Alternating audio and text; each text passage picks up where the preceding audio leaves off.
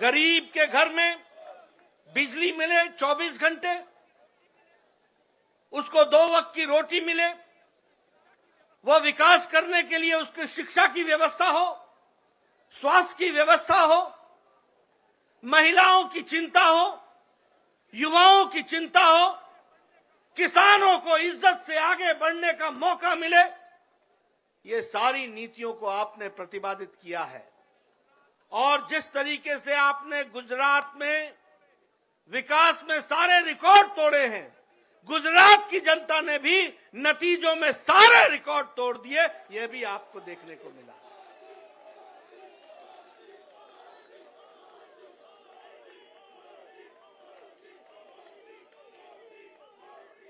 हमें मालूम है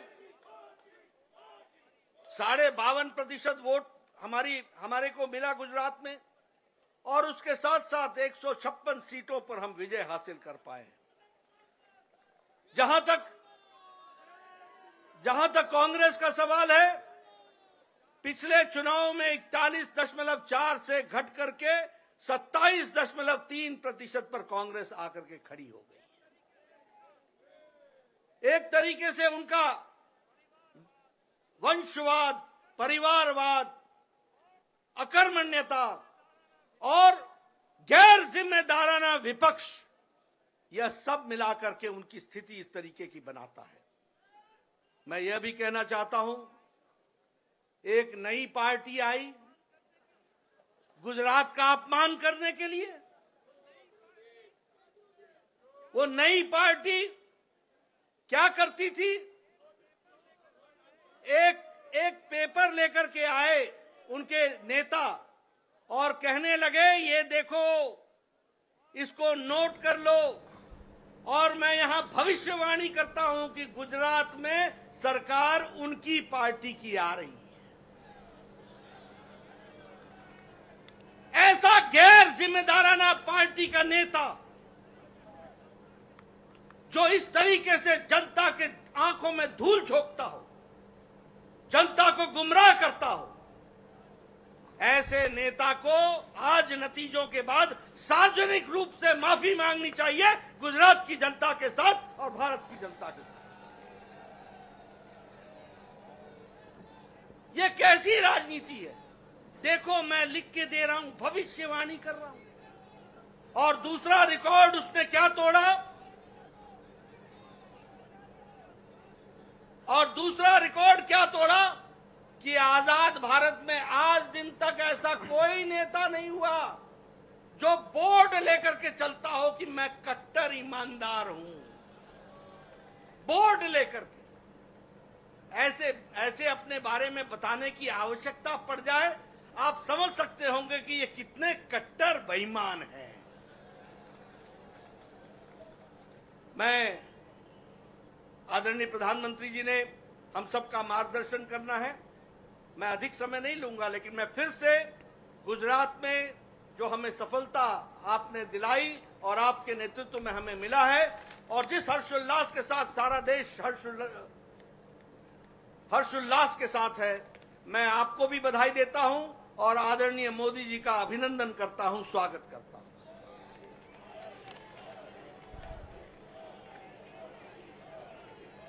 मित्रों,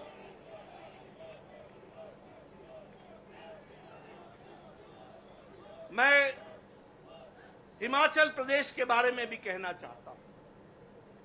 हिमाचल प्रदेश के मैं कार्यकर्ताओं को बधाई देता हूं, अथक प्रयास उन्होंने किया, बहुत मेहनत की।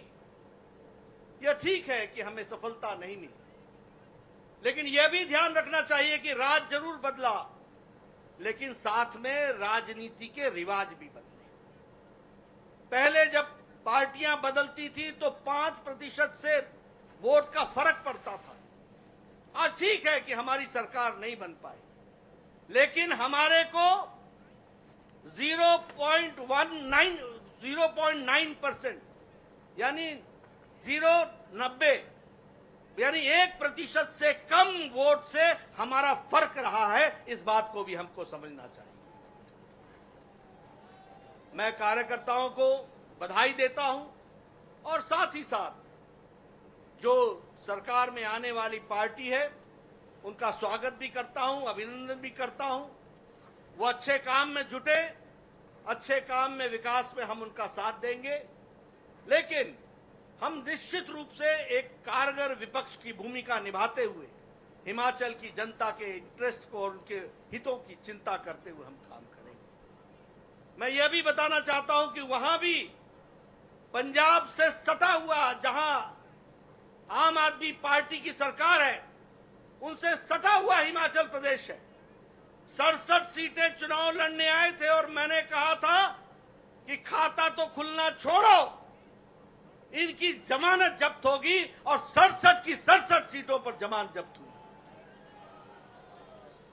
और 25 सीटों पे नोटा से भी कम वोट आए हैं। 25 सीटों पे नोटा से भी कम वोट आए। मित्रों, अगर मैं दिल्ली की बात करूं, हमारे कार्यकर्ताओं ने बहुत मेहनत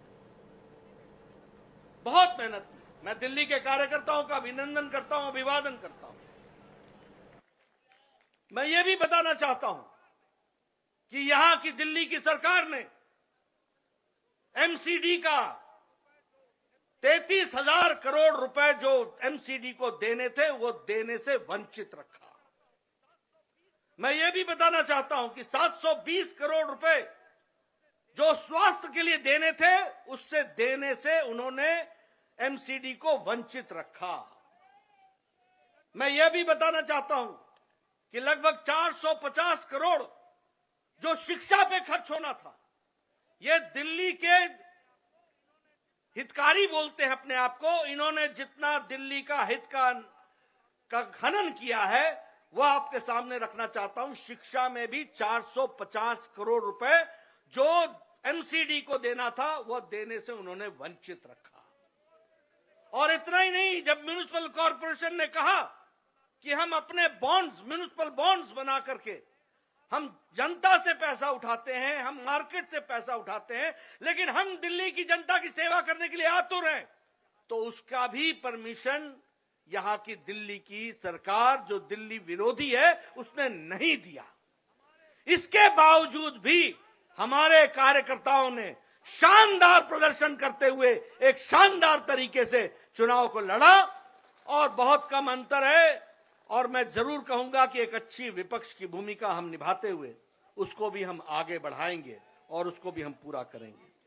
मैं मित्रों, आपके और आदरणीय प्रधानमंत्री जी के बीच में बहुत समय नहीं लेना चाहता।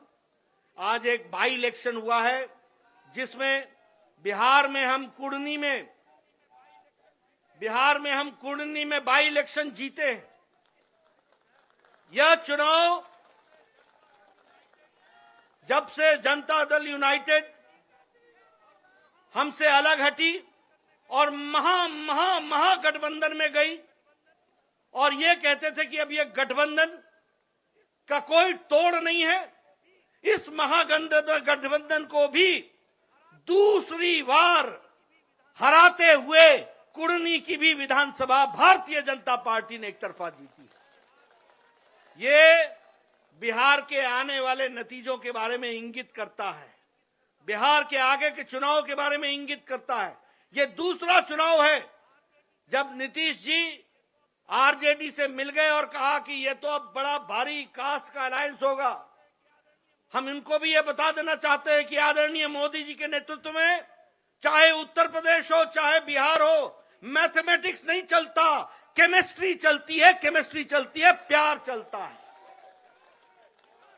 और लोग विकास को वोट देते हैं, आदरणीय प्रधानमंत्री जी को वोट देते हैं। मित्रों, हम इसी तरीके से आगे बढ़ेंगे। आज आपके और प्रधानमंत्री जी के बीच में ज्यादा समय न रहता हुआ, आज सच में ऐतिहासिक दिन है, जिस दिन आजादी के बाद गुजरात में हमने सारे रिकॉर्ड आदरणीय प्रधानमंत्री जी के नेतृत्व में तोड़े। और मित्रों, ये भी याद रखना कि प्रधानमंत्री जी ने जितनी अथक मेहनत चुनाव में करते हैं, वो हम सब के लिए अनुकरणीय है। तो राष्ट्रीय अध्यक्ष जेपी नड्डा